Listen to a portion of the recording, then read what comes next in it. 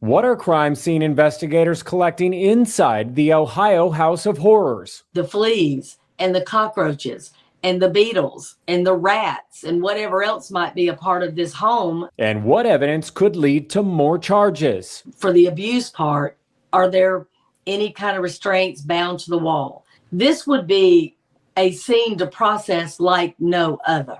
That's a crime scene investigator answering your questions about this shocking case. But first, do me a favor, hit the like, hit the subscribe, and hype the episode. I'm Matt Johnson, and this is Justice.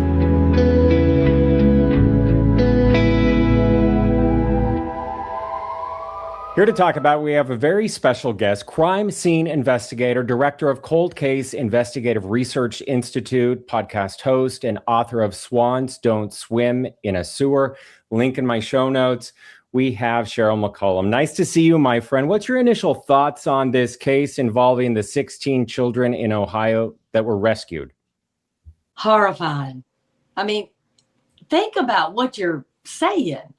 In a 12 by 12, 16 children that ostensibly nobody even knew they were there. Nobody had any knowledge of them.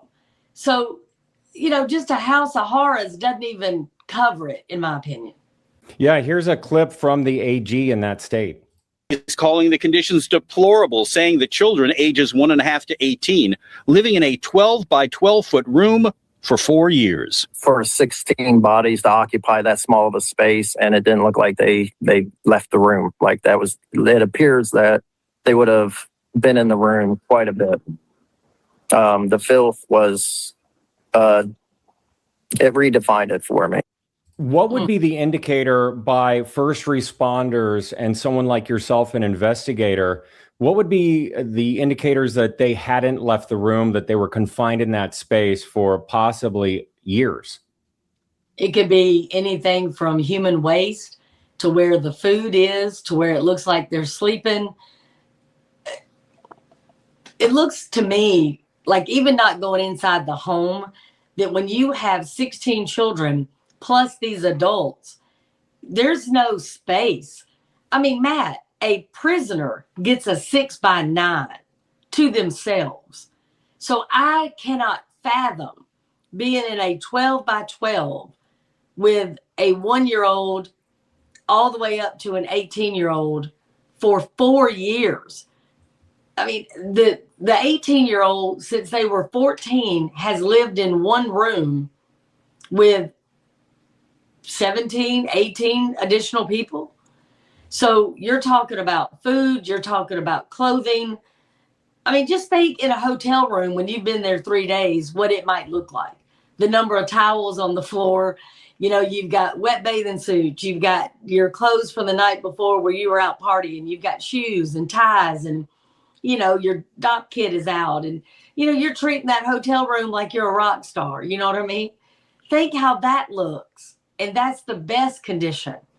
But you still may have room service. I mean, everything.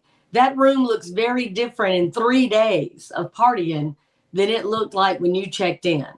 A home with a baby. So you're talking about diapers, possibly, or no diapers. You're talking about, food and other trash that just accumulates so quickly. This would be a scene to process like no other. And this is 16 counts of child neglect and abuse for each of the suspects in all of this, the parents and the grandparents. So there were children approximately 18 months to 18 years old, described as unimaginable. Children were allegedly confined to a 12 by 12 foot room. Human waste throughout the residence is reported. Severe malnutrition, flea infestation, but there's more, and you're going to hear about it. Some children reportedly unable to speak normally. Several appeared developmentally delayed. 2 children were airlifted because they were on the brink of death, according to investigators. So when you know all of this, as someone like yourself with your training, how do you respond to a situation like this? You are going to be so calculated and uber focused because you're running 2 tracks. You want the things you can collect that are there, And then you want to be able to document the things that are not there that should be. For example, if there's no diapers, no formula, no vitamins, no children's books, no soap, no fresh clothes, no way to do laundry. I want to note all of that is missing, as much as I'm going to notate the fleas and the cockroaches and the beetles and the rats and whatever else might be a part of this home, because that's going to tell your story. You're going to allow cockroaches in here, but not a children's book. Let me tell you something, Matt. They would take my dog if I allowed Traveler in that condition. And just to put it in perspective, last weekend, I was able to spend some time at the KB Ranch in Colorado. They've got 4-month-old puppies that they are already socializing, training. They've got the best food, the best little area. It's not even a barn. It's like this beautiful little home they live in. They're making sure that they're trained and they're being educated. I mean, it's unbelievable what they're doing for a 4-week-old dog when you have an 18-year-old that cannot write her own name. Yeah, it's just absolutely just unimaginable. And here's what a first responder said when he initially arrived at the home and his first interaction with some of the children. Get into the squad. Sure enough, we have a load of children in the back that were clearly and not in the greatest shape. They were very quiet. Other than that, we turned around, ran lights and sirens to the hospital for a quick turnaround because we may have to transport more children. You know, this is someone that sees crime scenes all the time, like yourself, and you can kind of see it on his face. Mm-hmm. I think you can hear it in his voice. Listen, it's one thing if somebody gets shot in an accidental shooting. It's something if somebody has been ill and dies in their bed and nobody knows for a week. Those are different types of scenes to work and process. This is not an accidental fire. This is not something that happened in, a rage that happened in just seconds. Everything was fine, then there was an argument, somebody got mad, and somebody stabbed somebody. This was calculated and deliberate, and over nearly 20 years of abusing these children. That is something that you don't see that often in real time, where you're saying, okay, this 18-year-old who cannot write, doesn't speak normally, has zero socialization, doesn't have a friend, can't ride a bike, has never played sports, doesn't know how to swim, doesn't have a favorite movie, is living in less than, 2 feet. I mean, what are they, standing up? I mean, it's unimaginable when you're telling me 12 by 12. I mean, what is that? 2 elevators? I don't know how you get 16 children in that space. I just don't. What would be the indicators, again, to you as a scene investigator of them being confined to the 12 by 12? We don't know if there was any restraints or anything like that, like what I saw with the Turpin case when I covered that case out of California. So what is it that you're looking to collect? And I'm going to play a clip for you, again, about the conditions. And how do you safely do that? Because you have to protect your person too. You have to protect yourself as you're entering in this condition that ended up with all of these children that are sick because of it, Yes. I mean, again, you've got human waste. You've got bugs, and I'm just going to believe that there's rats and mice and other things. So again, you've got to put on the entire, Tyvek suit to go in there and cover with some type of breathing apparatus, because you don't know what other feces are there. I believe there's going to be animal, but you have to play it that way. You don't know if the children have any diseases. You don't know if the adults do. So you're going to play worst case scenario. That's all there is to it. What you're looking for the abuse part, are there any kind of restraints bound to the wall? When you walked into that little space where you believe everybody is, are there 12 little pallets? Are there 16 pallets? Are there 4 pallets? Does it look like 5 sleep in this little room, 4 in the bathroom, 2 are in the little kitchen. They're not gonna put their beds up every day. So where they sleep is gonna be really clear. So the sheets, are they filthy with human waste? Are, the children just kind of, they have an assigned spot or they don't? I doubt there's a crib. I doubt there's anything to show. I think they're probably just all in there like a campsite almost. And again, there may be some hoarding going on where some of the rooms you can't even get through. So again, to me, I can only imagine where they sleep is going to be very clear. Where they try to have some type of food is very clear. But the condition of that, is there refrigeration? Is there running water? What condition are those two things in? Because when you're looking at some folks that maybe they're 4, 7, 9, and they're near death, I mean, you can only go about 3 days without something to drink, about 3 days without something to eat. But over years, they are going to be so emaciated and in such terrible shape. I mean, they could have organ failure. They could have all kinds of things going on. But again, it shows deliberate abuse over an extensive period of time. And the house will show that as well. And here is more of those conditions coming from that first responder who witnessed it. You can smell, you can see the cockroaches and stuff like that, bugs just in general. And the conditions, bugs get on the children and stuff, and they scratch and they bite and all that stuff. So their condition wasn't the greatest. As far as the smell, it's just a certain kind of smell. If you've ever been into a house that had those kind of conditions, it's not very pleasant. Typically I wear a mask if I endure those kind of conditions, just a face mask, to kind of help cover that up, because it's awful. Potent? Yes. It sticks with you, and it sticks on your clothes, and you can smell it for hours afterwards until you can go change. Yeah, that goes to your point of like PPE and having to protect yourself just during the investigation. And I would imagine that this is going to be something that's not just one day.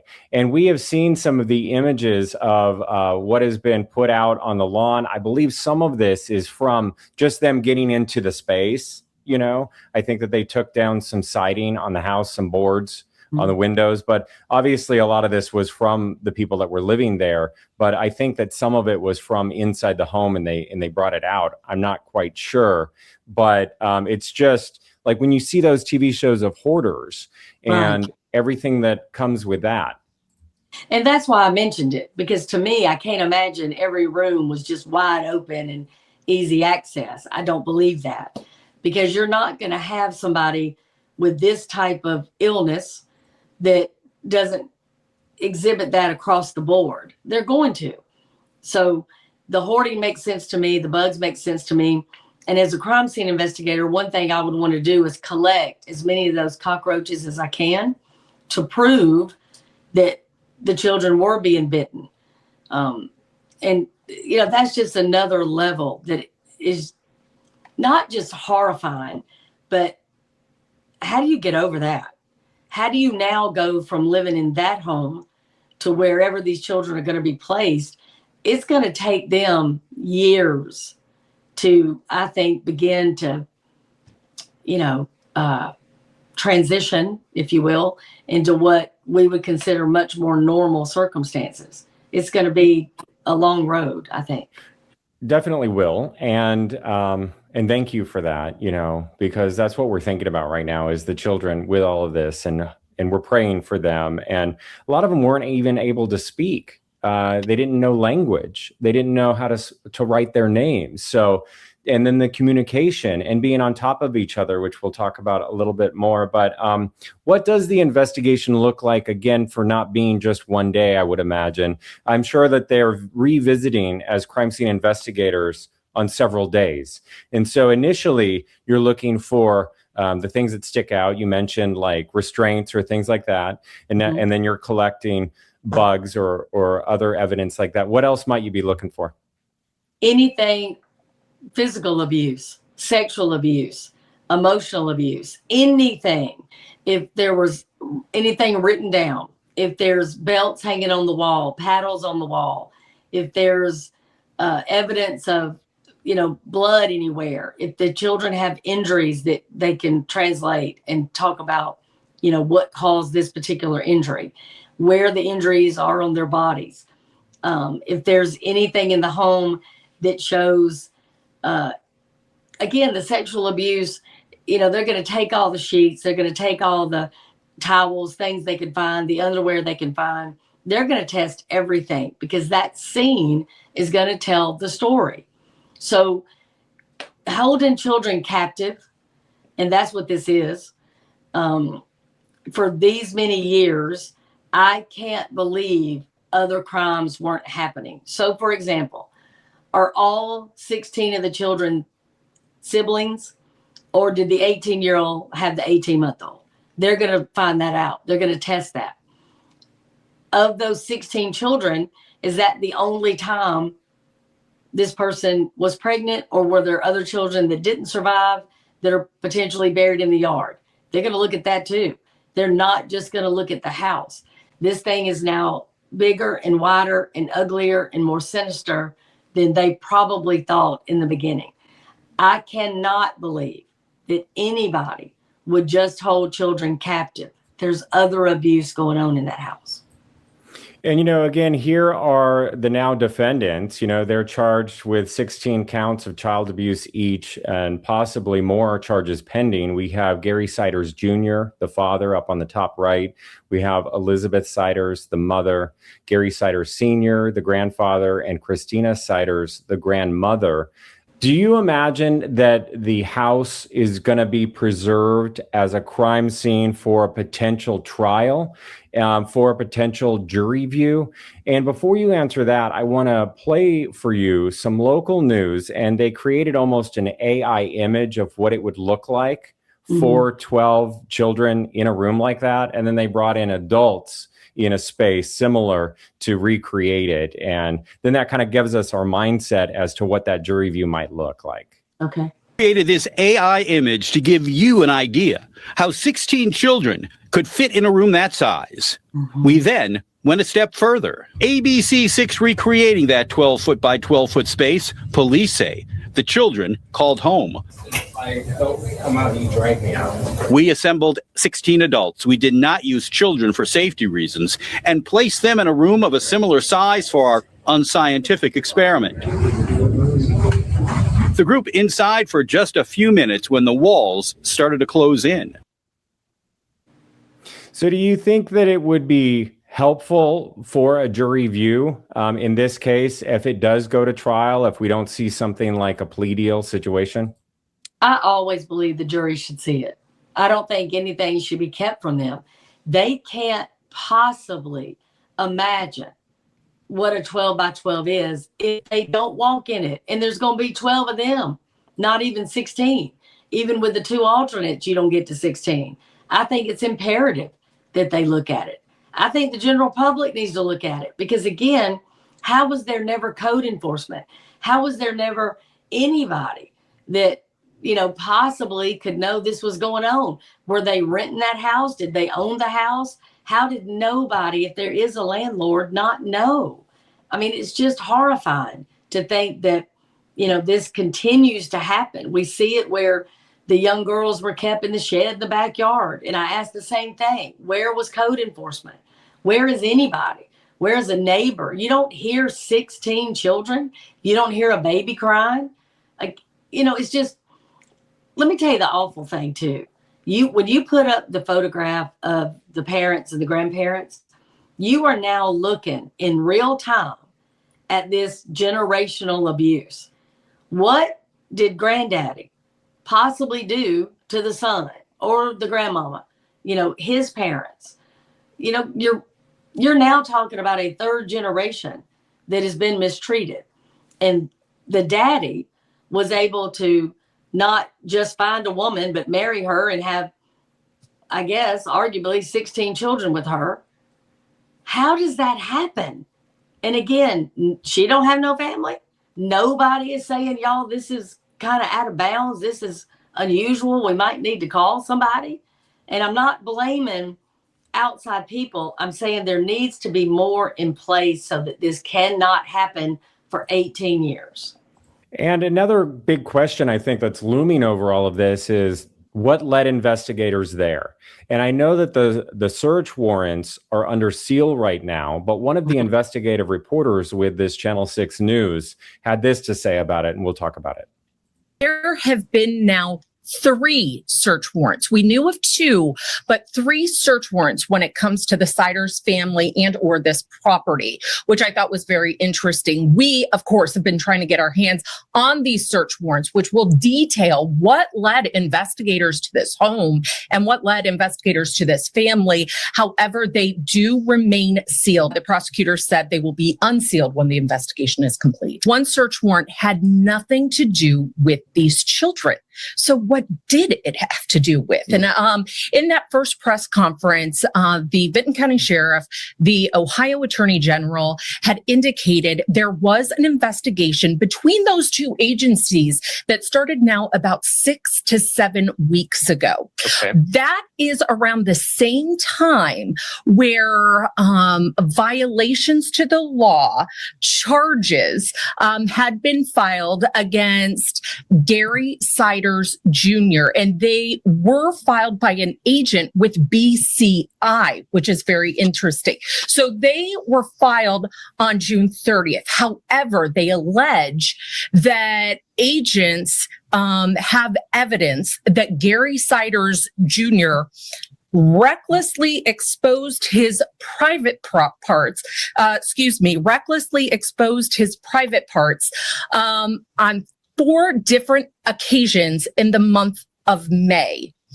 So he is facing 4 counts of misdemeanor public indecency. But Okay, so, and BCI is Ohio Bureau of Criminal Investigation. What'd you hear? Exactly what I thought before. There's going to be sexual abuse in that house. He cannot have that many children in a closed area that he is keeping captive, that he doesn't let out, that nobody even knows exist, and then go out and expose himself 4 times just in May. I mean, what is outside your home is inside your home. So let me just be real clear. If you are violent and mean outside, you're violent and mean inside. Period. What are you going to be watching for with this case as it unfolds? Again, I think the relationship of all the children to those 4 individuals, the testing that's going to come back from underwear and sheets and cockroaches that I do hope they took, any drug activity, any physical, sexual, mental abuse, there'll be evidence of it in that house. They can't hide it. There ain't no way they could hide it. Yeah. Here is the mom's attorney, Elizabeth Siders' attorney, and what he had to say. The person that I met with, though, is not someone who comes across as pure evil. That's just evil requires malice. And the person that I saw there, Elizabeth, she doesn't have that in her eyes. And then he goes on to say that she was asking about, are the children safe? Where are the children? And when I can see the children, instead of what he's used to with a defendant saying, how can I get out? When's the quickest way I can get out? Get me out of here. Listen, I don't know her background. I don't know how she grew up. I don't know how she met her husband. I don't know what her life was like before she met him and they had all the children and these children are held captive. What I do know is for at least 18 years, there was inaction on her part to allow them to escape, to help them escape, to stop whatever was happening in that home. Maybe she is also a victim. That's something that, again, should be looked at. Was she being held captive herself? Does she have limited capacity? Is there something within her life that has occurred that she has been in this situation where she did not participate in the abuse, but was also a victim? But again, there will be evidence of that. Sheryl McCollum, thank you so much for your time and your insight in all of this. How can we get a hold of you? I know that you have your podcast, but you also have your brand new book, Swans Don't Swim in a Sewer. Tell us about it. It is a case of the Flint River killer's daughter who was viciously murdered. So it's about a serial killer who became a true victim of crime, who reached out to law enforcement for help, and it was my case. Well, it's a fascinating read. Everyone should invest some time, check it out. It's in my show notes below. Thank you so much for your time, and I hope to see you soon. Listen, I not only appreciate talking to you, but you highlighting this case. I think it is much deeper and uglier than people know. And let's pray for the children. Thank you. Amen. Our thoughts and prayers are with the victims in this case. And if you have any information that might be helpful, it's still under investigation. Call the number on your screen, 855-BCI Ohio. You can remain anonymous. And also check out the video section of this YouTube channel. I have past episodes where I also interview a psychiatrist about the family dynamics and whether or not mom is a victim. Let me know what you think. And hit the like, subscribe, and hype this episode for more future content. I'll keep you updated on the case. In the meantime, take care of yourself. I'll see you next time.